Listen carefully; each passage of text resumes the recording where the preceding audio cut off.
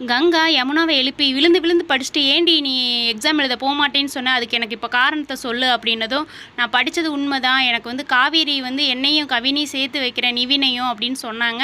நான் அதனால தான் படித்தேன். இப்போ அது நடக்காதுன்னு எனக்கு தெரிஞ்சு போச்சு.